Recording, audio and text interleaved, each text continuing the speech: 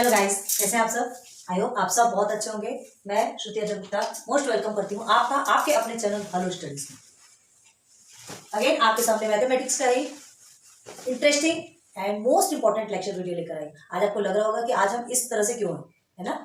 Actually हमें एक marriage attend करना है और उसके चलते हमने ये रेडी हुए, लेकिन हमें ऐसा लगा कि टाइम मिल रहा है तो टाइम की बचत करते हुए आपके लिए एक वीडियो अपलोड कर देते हैं। ओके, देन विदाउट लेट हम स्टार्ट करते हैं 4.3। तो प्रैक्टिस 4.3 के पहले हमने आपको बेसिक्स कंसेप्ट क्लियर करवाई थी, जो कि इन्वर्टेंडो, ठीक है, invertendo and alternendo and componendo and dividendo and componendo and dividendo.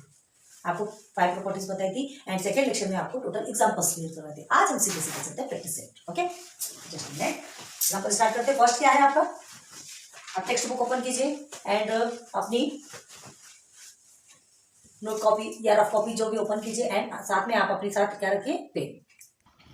तो प्रैक्टिस सेट 4.3 आज हम फर्स्ट क्वेश्चन स्टार्ट करेंगे, ठीक है। तो देखिए क्या है फर्स्ट क्वेश्चन में आपका, देखिए फर्स्ट क्वेश्चन क्या गिवन है। फर्स्ट क्वेश्चन है आपका, देखिए क्वेश्चन नंबर 1, ठीक। इसमें आपको लिखा है a upon b is equal to 7/3, then find the value of the following ratios. 4 आपको प्रॉब्लम्स गिवन है, इक्वेशंस गिवन है, उनके रेशियोज फाइंड करना है, ठीक है। चारों के भी अलग अलग करेंगे, क्लियर है। तो सबसे पहले हमें क्या लिखना है, लिखेंगे पहले if a upon b is equal to 7/3। ये सब में रहेगा, ये सब में रहेगा। Then find the value of the following. तो 4 क्वेश्चंस गिवन है, इनका यूज करेंगे, सभी की वैल्यू निकालेंगे। तो फर्स्ट का पहले करते हैं। तो फर्स्ट आपका क्या है, यहां पर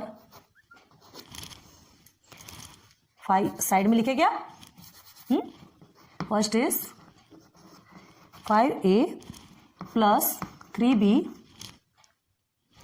अपॉन 5a माइनस 3b। इसको देख के कुछ समझ में आ रहा है, प्रॉपर्टी देखे होंगे तभी तो समझेंगे ना, ठीक है।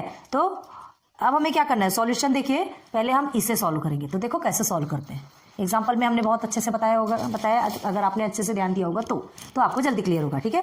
तो देखिए a upon b is equal to, अभी क्या दिया है 7/3, a upon b is equal to ये 7/3 है। तो अभी आपका a यहाँ पर आपको 5 मिल रहा है, 5a, और ये b आपको 3 मिल रहा है, ठीक। तो क्या हो जाएगा, ये अपॉन के फॉर्म में लेंगे तो 5/3, ठीक है। ये ऐसा ही लिखते हैं a plus b upon a minus b, यही हमारा होता है कंपोनेंडो डिविडेंडो। हाँ, अब तो क्लियर हो गया होगा, अब तो हमें उतना देखने की जरूरत नहीं पड़ रही होगी। तो देखिए 5/3, तो हमें क्या करना है, 5/3 को इसके साथ में मल्टीप्लाई करेंगे। 5/3 थोड़ा छोटा करते हैं तो आपको अच्छे से, 5/3 मल्टीप्लाई बाई a/p। तो अब देखिए इसके साथ मल्टीप्लाई करेंगे तो इधर भी वही करना है हमको, ठीक है। करेंगे तो दोनों का भी साथ में करेंगे ना, एक को थोड़ी छोड़ देने वाले। 7/3 हो गया। क्या लिखेंगे यहाँ पे, मल्टीप्लाइंग बोथ साइड, यहाँ लिख दीजिए multiplying both side by 5/3। Clear आया समझ में। सिंप्लीफाई करेंगे इसे, क्या हो जाएगा, ये आपका 5a हो गया, 5a, ये हो गया आपका 3b। हमें यही चाहिए था ना, हम क्यों कर रहे हैं, क्योंकि हमें ये चाहिए ना, हमको इसका रेशियो फाइंड करें तो पहले ये निकलेगा, इसकी वैल्यू निकलेगी, तब तो हम फाइंड करेंगे। क्लियर है। तो अब देखिए, अब इसे सॉल्व करेंगे। 5 7 से कितना होता है 35, 3 3 सा 9 हो गया। क्लियर। तो 5a की वैल्यू आपको क्या मिली 35, 3b की वैल्यू आपको क्या मिली 9। तो यही वैल्यू तो हम यहाँ पर क्या करेंगे, सब्स्टिट्यूट करेंगे। क्लियर है। तो ये क्या है, अब आपको देख करके समझ में आ रहा होगा। देखिए देयरफॉर, अब हम इसे नीचे लेकर के आएंगे।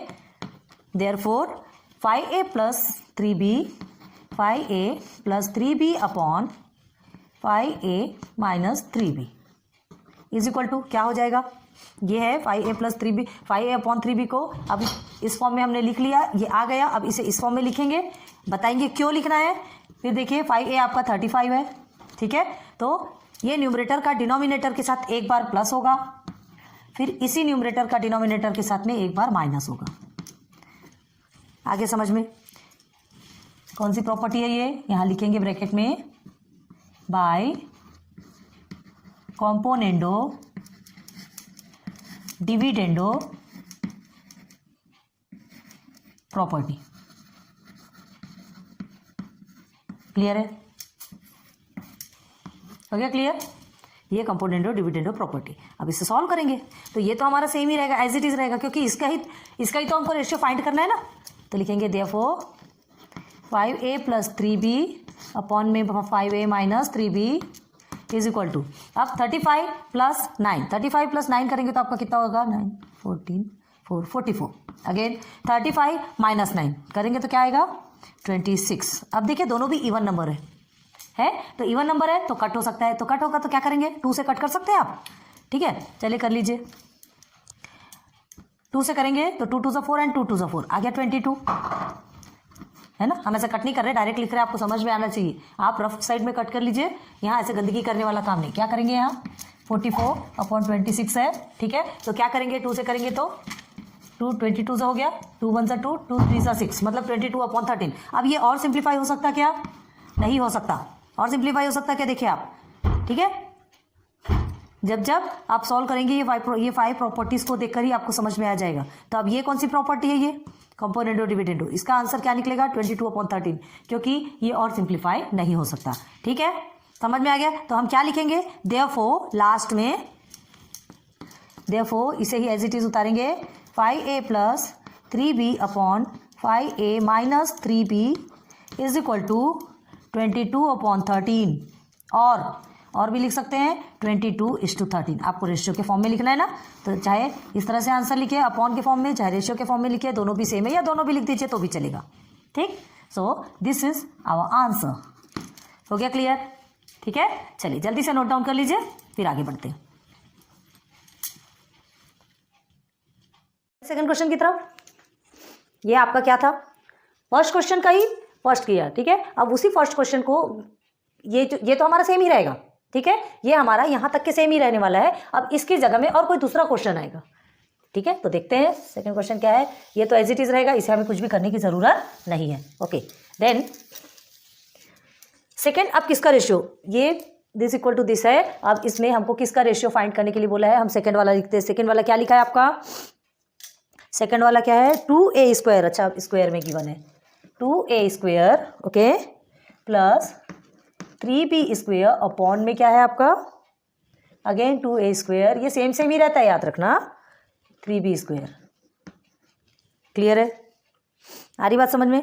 तो देखो अब हम क्या करेंगे, अगर ये 2a², ये एक की वैल्यू 2a² ऐसा पूरा ले लेंगे तो हमारा क्या हो जाएगा, हाँ, ये 2 भी हमारा स्क्वायर में आ जाएगा, तो 2 2 ज़ा 4 होता है, हमें 4 नहीं चाहिए, हमें सिर्फ और सिर्फ 2 चाहिए, और यहाँ 3 3 ज़ा 9 हो जाएगा, है ना, यहाँ 2 भी स्क्वायर में आ जाएगा, 2a ऐसा स्क्वायर लेंगे तो 2 भी आपका स्क्वायर में हो जाएगा, तो ये तो 4a² हो गया, है ना, और 3a² लेंगे तो क्या हो जाएगा, 3 3 ज़ा 9 a², तो हमें 4 और 9 नहीं चाहिए, हमें क्या चाहिए, हमें क्या चाहिए, हमें किसका रेशियो निकालना है, इसका निकालना है, तो हमें 2 के प्लेस पे 2 ही चाहिए और 3 के प्लेस पे 3 ही चाहिए, क्लियर है, क्लियर है। ए जो है हमारा वो 2 ही होना चाहिए और बी जो हमारा 3 ही होना चाहिए, क्लियर है, बात समझ में आ रही, क्या समझ आ रहा ना। तो अब देखो क्या बोल रहे हैं, ये समझ आ गया यहाँ तक, तो ये देखिए, ये तो हमारा प्रोसीजर एज इट इज है, हमने सॉल्यूशन में ये तो हमको करना ही करना है, क्योंकि इसमें इसके से रिलेटेड ही हमको 4 क्वेश्चन मिले हैं, तो इसको ही सॉल्व, इसको के साथ ही इनको सॉल्व करना है, ठीक है, ओके। देन अब क्या करना है, ये हो गया, अब आपको क्या करना है, सबसे पहले आप क्या करेंगे,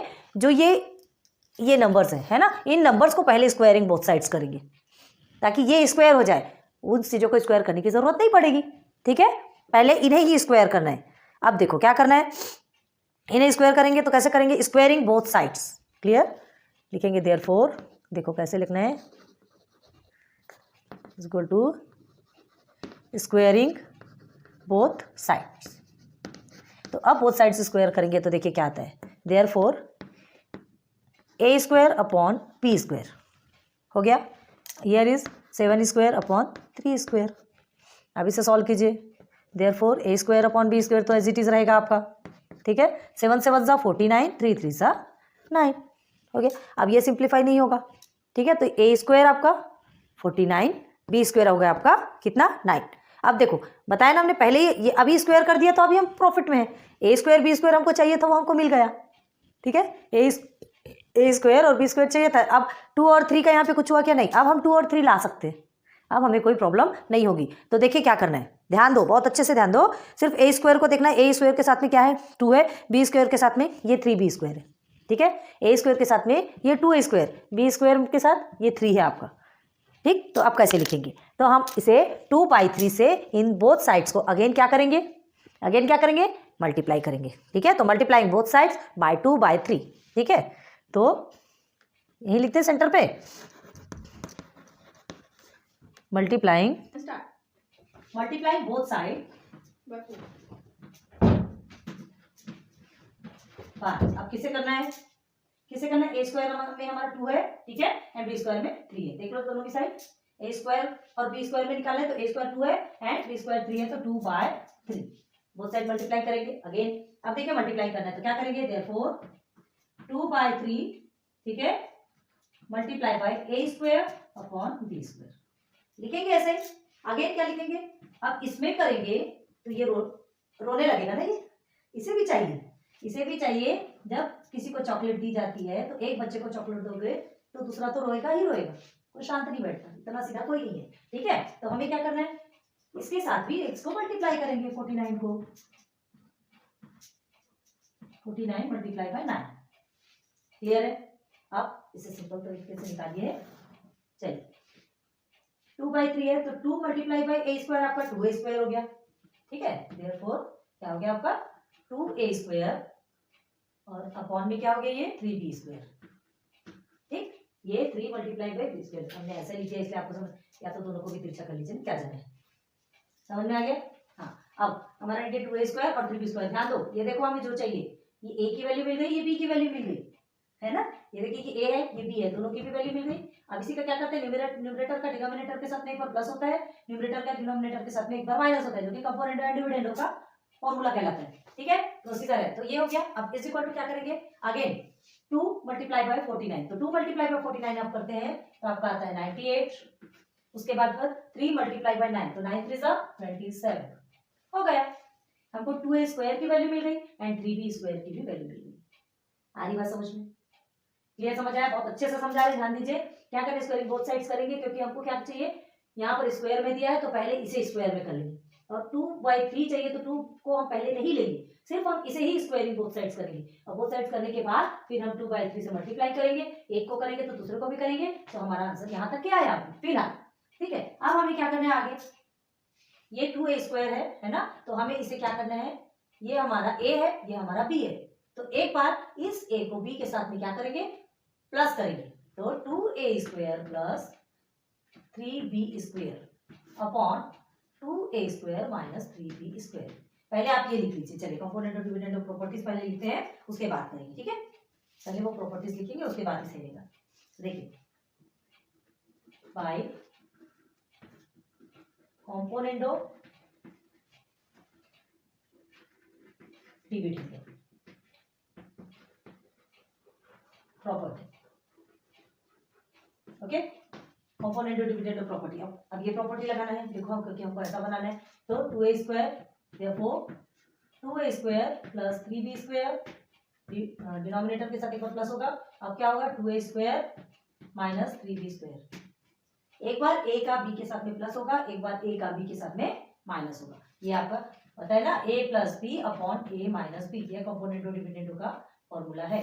तो अब इसके is equal to 2a square क्या निकला आपका 98 है, तो 98 का 3b स्क्वायर क्या निकला आपका 27, तो एक बार इसके साथ में क्या होगा प्लस होगा, अगेन अब इसी के साथ में माइनस होगा, क्लियर हुआ, समझ में आ रही चीजें, करते करते इतना इजी हो जाएगा कि आपको खेल मजाक मस्ती करना है, किसके साथ में किसकी मस्ती करना है ये देखो, ठीक है। बस अब अगेन देयरफॉर ये आपका सेम रहेगा, क्योंकि यही हमें निकालना है, इसका ही रेशियो निकालना है, ठीक है। 2a square plus 3b square upon में देखो यही है ना same, second 2a square minus 3b square is equal to 98 में 27 को प्लस करोगे तो कितना मिलेगा आपको 715, ठीक है 125।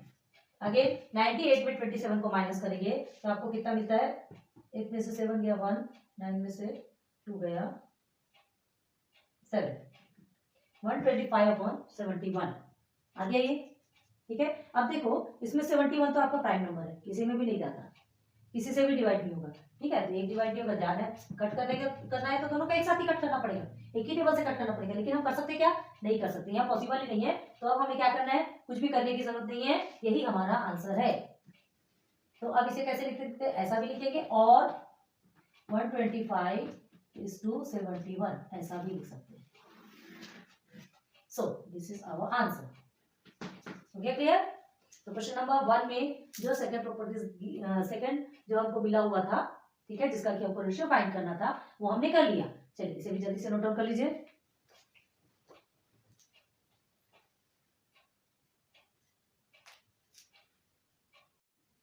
आगे बढ़े। चलिए अब क्या है, क्वेश्चन आपका फिर से वही है। ठीक है, क्वेश्चन आपका फिर से वही है। आपको अब क्या करना है, यहाँ पे थर्ड एक गिवन है आपको, क्वेश्चन थर्ड का आपको रेशियो निकालना है। ठीक है, थर्ड इक्वेशन गिवन है, देखते हैं थर्ड इक्वेशन क्या है आपका, और ये भी एज इट इज रहेगा। आप ये चीज को ध्यान रखिए, चाहे स्क्वायर हो, चाहे क्यूब हो, चाहे 4 हो, जो कुछ भी होता है अगर आपके क्वेश्चन में, तो सबसे पहले आप उसे ही क्या करेंगे, इसे ही या तो स्क्वायरिंग बोथ साइड करेंगे, क्यूबिंग बोथ साइड करेंगे, है ना। जो कुछ भी करना है पहले इसे करेंगे, बाद में नंबर्स को साथ में ऐड करेंगे, नहीं तो नंबर्स भी उतने का उतना ही डबल हो जाएगा, और जब कितने नंबर हमको चाहिए नहीं। क्लियर है? ठीक है, यहाँ तक समझ में आया? बहुत उम्मीद करती हूँ बहुत अच्छे से चीजें समझ में आ रही होगी आपको। नाउ क्वेश्चन नंबर 3 देखिए। अब फिर से वही है, a upon b is equal to 7/3 है, तो देन आपको क्या फाइंड करना है, the value of the following ratio, किसका, a cube minus b cube upon b cube. ठीक है, अब इस रेशियो की वैल्यूज फाइंड करना है। क्लियर है?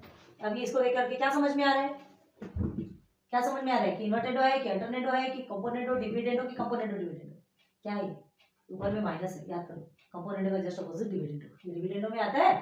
ठीक है, लेकिन ये क्यूब में दिया है, तो फिर हमारे लिए क्या करेंगे, cubing both sides, cubing both sides, अभी हमने स्क्वायरिंग बोथ साइड्स वाला दिखा था, याद है। चलो तो अब सॉल्व करते हैं, तो इसे तो हम एज इट इज लिखेंगे, ये तो हमारा ऐसे का ऐसे ही रहेगा, फिर लिखेंगे cubing both sides, cubing both side. क्यों करेंगे क्यूबिंग बोथ साइड, भाई यहाँ क्यूब है, हमें ऐसा सेम फॉर्म में यहाँ पे चाहिए, तो इसे सॉल्व तो करेंगे ना। तो चलिए क्यूबिंग बोथ साइड, तो therefore a cube upon b cube. अब यहाँ पर तो कोई नंबर्स नहीं है, इसमें कुछ भी नंबर्स नहीं है, ध्यान दो, तो ये तो आपका क्यूबिंग सिंपल वे में हो जाएगा, है ना। अब इज इक्वल टू, इसे भी हम क्यूबिंग करेंगे, एक को करेंगे तो दूसरे को तो करना कंपल्सरी है। ठीक है, अगेन देयरफॉर आप देखिए, पहले इसे सॉल्व करते हैं, a cube upon b cube is equal to 7 multiply by 7 multiply by 7 करेंगे तो आपको कितना मिलेगा, 7 7 जा 49, 49 7 जा 343 हो गया, 343। अब 3 मल्टीप्लाई बाय 3 मल्टीप्लाई बाय 3, 3 3 जा 9, 9 3 जा 27 हो गया, तो ये हो गया आपका 27। मिल गई आपको a क्यूब और b क्यूब की वैल्यू मिल गई, a क्यूब और b क्यूब की वैल्यू मिल गई। ठीक है, अब हमें क्या करना है, वैल्यू मिल गई, अब हमें क्या करना है, इस फॉर्म में इसको बनाना है, मतलब a क्यूब का डिनोमिनेटर के साथ में एक बार माइनस होगा। ठीक है, a क्यूब का डिनोमिनेटर के साथ एक बार माइनस होगा, और फिर डिनोमिनेटर भी एज इट इज रहेगा, तो इस फॉर्म में बनाना है, मतलब डिविडेंडो के फॉर्म में बनाना है। क्या बनाना है, डिविडेंडो के फॉर्म में बनाना है, तो क्या लिखेंगे, बाय यूजिंग डिविडेंडो। चलो नाउ बाय यूजिंग डिविडेंडो, कैसे लिखेंगे डिविडेंडो का यूज करके, देयरफॉर अब देखिए a क्यूब है आपका, इसे इसका ही माइनस करेंगे, b cube upon b cube, again ऐसा ही है, तो अब इसे भी वैसे ही करना है। तो आपका a क्यूब क्या है, 343 है, माइनस में b क्यूब आपका 27 है, अगेन 27 आपका नीचे लिखा जाएगा। ठीक, तो ये इज इक्वल टू में क्या आएगा, यहाँ आ जाइए, तो ये क्या आ जाएगा, a cube minus b cube upon में b cube is equal to क्या आ जाएगा आपका 343 माइनस 27। ठीक है, इसे आप सॉल्व कीजिए, 343 माइनस 27, तो देखो, हाँ तो इसे सॉल्व करेंगे, 343 माइनस 27, 13 में से 7 गया 16, ओके 6 बचे। ठीक है, उसके बाद में उनमें से 3 1, ओके 10 3 का 316 आ गया। ठीक है, 343 में से 27 को माइनस करेंगे तो 316 आया, और नीचे का तो 27 आपका एज इट इज है, b क्यूब भी है ना, b क्यूब तो एज इट इज रहेगा, हो गया। अब देखिए 316 अपॉन 27 किसी से डिवाइड होता है क्या, और सिंप्लीफाई हो सकता है क्या, तो इसे फैक्टर निकाल के देख सकते हैं, 316 का निकाल लीजिए, 27 का निकाल लीजिए, ओके। देन ये इवन नंबर है, 2 1 2 हो गया, देन 2 5 10, 2 8 16, ओके। देन 2 से अगेन 2 7 14, 2 9 18, तो 79। अब ये तो किसी से नहीं जाएगा, 2 6 ये भी नहीं जाता, अगेन क्या है आपका 3 से, है ना, 3 9 से 27, 3 नहीं है किसी, इसमें कोई सा भी फैक्टर नहीं, ये 3 आ रहा है, यहाँ पे 2 आ रहा है, मतलब सेम फैक्टर किसी का भी आ रहा है क्या, कुछ भी नहीं आ रहा। कुछ भी नहीं आ रहा, नथिंग। तो ये क्या हो गया 316/27 क्या रहेगा आपका एज इट इज रहेगा। इसमें कोई भी टेबल में ये जा रहा क्या नहीं जा रहा, तो इसे हम एज इट इज रखेंगे। समझ में आ रहा, यहाँ तक समझ आ गया। तो आप क्या लिखोगे, हाँ 343 - 27/27 ये आ गया। हमने सॉल्व करके देखे, किसी से भी नहीं जाता। ठीक, तो आप क्या करेंगे, जब कट नहीं होता माइनस तो हो गया ना, माइनस हो गया तो आप इसे भी एक आंसर रख सकते हैं और इसे भी। हम किस फॉर्म में रख रहे हैं, ये इस फॉर्म में किया। 243 - 27 किया तो हमारा 316 आ गया। ठीक, लेकिन किसी भी टेबल में नहीं जाता, कुछ भी कट नहीं होता, तो देयरफॉर आप क्या लिख सकते हैं, यही आपका आंसर बनेगा a³ - b³ upon b³ is equal to 316/27 और क्या लिखेंगे 316/27 ये आपका आंसर। और पता है आपको, अगर आपको ये नहीं भी लिखना है तो आप इसे भी आंसर लिख सकते हो। ठीक है, ये यहाँ तक ही रख करके भी आप आंसर लिख सकते हो, लेकिन जब तक ये सॉल्व हो रहा है ये भी आप आंसर रख सकते हो। लेकिन ये दोनों माइनस होकर सॉल्व तो हो रहा ना, तो हम उतना एटलीस्ट उतना तो सॉल्व करके उतना आंसर निकाल सकते हैं। ठीक है, क्लियर हुआ। तो उम्मीद कर रही हूँ बहुत अच्छे से आपको चीजें समझ में आ रही होगी। स्टेप बाय स्टेप चलना है, स्क्वायर हो क्यूब हो जो कुछ भी होगा, तो सबसे पहले आपको क्या निकालना है, पहले इसे सिस्टमेटिक, जो क्यूबिंग के फॉर्म में तो क्यूबिंग में रखेंगे, स्क्वायर है तो स्क्वायर में रखेंगे। अब यहाँ पे तो कोई भी नंबर नहीं है, 1 नंबर वाले से तो कोई इफेक्ट नहीं होगा, है ना। ये नंबर तो आपका यहाँ पर भी नहीं रखोगे तो भी है, नहीं रखेंगे तो भी है। क्लियर है, चलो यहाँ तक की चीजें समझ में आ गई, मतलब 3 तक समझ आ गई। चलो इसे भी लिख लो, फिर एक क्वेश्चन और बचा है आपका, इसमें देखते हैं। चले, एक क्वेश्चन और बचा है, क्वेश्चन नंबर 4। आज उसे सॉल्व करवा के फिर उसके बाद थोड़ा स्टॉप कर देंगे, नहीं तो हमको भी लेट हो जाएगा। हमें ऐसा लगता है टाइम की बर्बादी नहीं करना चाहिए, टाइम की बर्बादी से अच्छा अपने काम पे ध्यान दो। इसलिए हमें समय मिला तो हमने एक वीडियो आपके लिए अपलोड करने के लिए टाइम निकाल लिया। समय का यूज़ करो, समय को जब चला जाता है ना तो वापस नहीं आता, तब बड़ा दुख होता है। ठीक है, तो चलो 4th में क्या है आपका 7a + 9b अपॉन में 7a - 9b। बस ये भी वही है ना, numerator plus denominator, numerator minus denominator, ये भी यही है। कुछ है क्या ये अलग नहीं है। तो देखो क्या करना है, अगेन सॉल्यूशन में पहले इसे करेंगे। सॉल्यूशन में again a/b is equal to 7/3, ये तो हमको लिखना है, ये तो फिर एकदम सिंपल है। आपने जो फर्स्ट वाला क्वेश्चन देखा है ना, देखो हाँ फर्स्ट वाला क्वेश्चन देखो, बस उसमें ना 5/3 था। ठीक है, और इसमें 7/9 आएगा। बाकी सब प्रोसीजर सेम है, कुछ भी अलग नहीं है। ठीक है, अब देखिए ये आपका a/b है और ये 7/3। तो अब क्या करना है आपको, a आपका यहाँ पर 7 निकला, ये b आपका क्या है 9 है। ठीक, तो क्या करेंगे, मल्टीप्लाइंग बोथ साइड, मल्टीप्लाइंग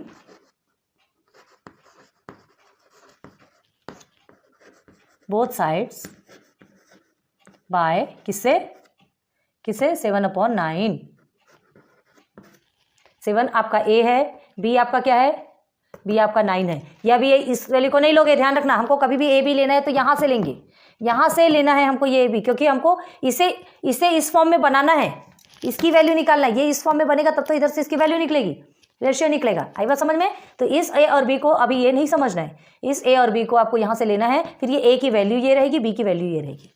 अभी आपका a क्या है 7 है, b क्या है 9 है। ठीक है, तो दोनों को मल्टीप्लाई करेंगे, तो therefore 7/9 multiply by a/b and here is 7/9 multiply by 7/3, ये 7/3 से। क्लियर है, आ रही बात समझ में। कभी भी ये a b आप यहाँ से ही लेंगे, ये आपका a है, ये आपका b है, ये आपका a है, ये आपका b है, दोनों साइड भी सेम है। चलो तो अगेन क्या करेंगे, therefore 7a/9b is equal to 7 7 49, 9 3 27। आ गया क्या यहाँ तक के, आ गया। अब हमें क्या करना है, बाय यूजिंग कॉम्पोनेंडो डिविडेंडो, हमें इसे इस प्रॉपर्टी में 7a और 9b हमको मिल गया जो चाहिए था। ठीक है, a भी मिल गया, b भी मिल गया। तो इसे कैसे लिखते हैं पता है ना, componendo dividendo, a + b upon a minus b। तो a मिल गया आपका कितना 7a, b मिल गया 9b। तो अब इसे इस फॉर्म में लिखेंगे, तो क्या लिखेंगे यहाँ पर, बाय यूजिंग कॉम्पोनेंडो डिविडेंडो। अभी अधिकतर आपको कॉम्पोनेंडो डिविडेंडो वाला ही मिला क्या, एक ही में डिविडेंडो मिला है शायद आपको, है ना। हाँ, इन्वर्टेंडो तो मिला ही नहीं। चलिए बाय यूजिंग कंपोनेंडो डिविडेंडो क्या करेंगे, अब हम लिखेंगे इधर कंपोनेंडो डिविडेंडो का यूज़ करेंगे। गिर गई चौक। ओके, देन दूसरी लेते हैं। चलो, कंपोनेंट ऑफ डिविडेंड का यूज़ करेंगे, तो कंपोनेंट ऑफ डिविडेंड का यूज़ करने के लिए क्या करना है, इसे इस फॉर्म में लिखेंगे 7a। ए हमारा क्या है, देयरफॉर 7a का b के साथ में एक बार प्लस 9b, ठीक है, फिर a का b के साथ में एक बार माइनस, बन गया आपका। इज इक्वल टू भी क्या आएगा, 7a आपका कितना है 49 है, प्लस प्लस उसका डिनोमिनेटर b क्या है आपका 27 है, तो एक बार प्लस करेंगे और यही दोनों को ही एक बार माइनस करेंगे। क्लियर हो गया। देयरफॉर अब ये तो सेम लिखना है क्योंकि हमें यही इसी का ही रेशियो निकालना है ना, इसी का रेशियो फाइंड करना है। तो 7a प्लस 9b, इसीलिए बता रहे हैं हम आपको, अभी भी ध्यान दीजिए कि ये ए बी के लिए आपको कहाँ से लेना है वैल्यू, ये यहाँ से लेंगे। ये a आपका 7 होगा, ये b आपका 9 होगा, ठीक है। बाद में ये सब वैल्यू आपको पुट करना है, इसको हमें इस फॉर्म में लाना है, इसलिए हमें यहीं से वैल्यू निकालते जाना है।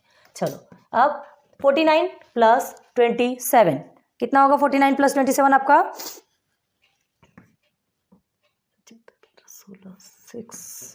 76, ठीक है। और 49 माइनस 27, 9 में से 7 22 आ रहा है ना, 22। चलो अब इसे सॉल्व कर सकते हैं क्या, दोनों भी इवन नंबर है, कर सकते हैं। कैसे करेंगे, हम यहाँ पे गंदगी नहीं कर रहे हैं, नीचे करते हैं। 2 से जा सकता है, 2 11 सा एंड 2 3 6, 2 8 16, 38 अपॉन 11। अब ये सिंप्लीफाई होगा क्या, नहीं हो सकता, तो बस इसे ऐसे ही लिख देंगे, इज इक्वल टू 38 अपॉन 11। तो देयरफॉर अब क्या करना है, और सिंप्लीफाई हो सकता है क्या, नहीं हो सकता, बस यही हमारा आंसर है, ठीक है। ये इवन है तो 2 से कट हो गया। अब ये एक ऑड एक प्राइम नंबर है, वो इवन है तो किसी एक नंबर से कट होगा क्या, नहीं। देयरफॉर 7a प्लस 9b, इसका रेशियो निकल गया हमारा, 7a minus 9b is equal to 38 upon 11, और 38 इज टू 11। और का मतलब या तो आप इसे इस फॉर्म में लिख लीजिए या तो इस फॉर्म में लिख लीजिए, दोनों भी आपका सेम है। चलिए ये हो गया कंप्लीट। तो आज आपका क्वेश्चन नंबर 1 का है ना, 1 2 3 4 चारों भी कंप्लीट हो चुके हैं, ठीक है। This is your answer. So आज हम यहीं तक ही स्टॉप करते हैं। इसे अच्छे से कंप्लीट कीजिए, अच्छे से देखिए, समझिए कैसे पढ़ते हैं, कैसे क्या करते हैं। देन उसके बाद आपका क्वेश्चन नंबर 4.3 के क्वेश्चन नंबर 1 हमने कंप्लीट कर दिया, उसके बाद हम चलेंगे क्वेश्चन नंबर 2 पे। ये अच्छे से सॉल्व कर लिया आपने, कर लीजिए, आपके लिए छोड़ देते हैं, ठीक है। फिर नेक्स्ट टर्म पे लेक्चर नंबर 4 पे क्वेश्चन नंबर 2 से चलेंगे। समझ आ रहा है। So thanks for watching my videos. फिर मिलेंगे नेक्स्ट लेक्चर पे, फिर अपने रूप में आएंगे। कभी कभी कोई ओकेजन में करना पड़ता है, टाइम मिल जाता है तो उसका यूज़ करना कोई बुरी बात नहीं है, और हम भी वही करते हैं, इसलिए हमने आज ये वीडियो बनाई। फर्स्ट टाइम आपके सामने आए है ना, तो चलो फर्स्ट टाइम इस रूप में आपके सामने आए। तो चलिए ये हो गया आपका लेक्चर नंबर 3 में क्वेश्चन नंबर 1 के 4 प्रॉब्लम्स कंप्लीट, ठीक। सो फिर मिलेंगे नेक्स्ट लेक्चर पे, लेक्चर नंबर 4 पे। Good luck, goodbye, good day.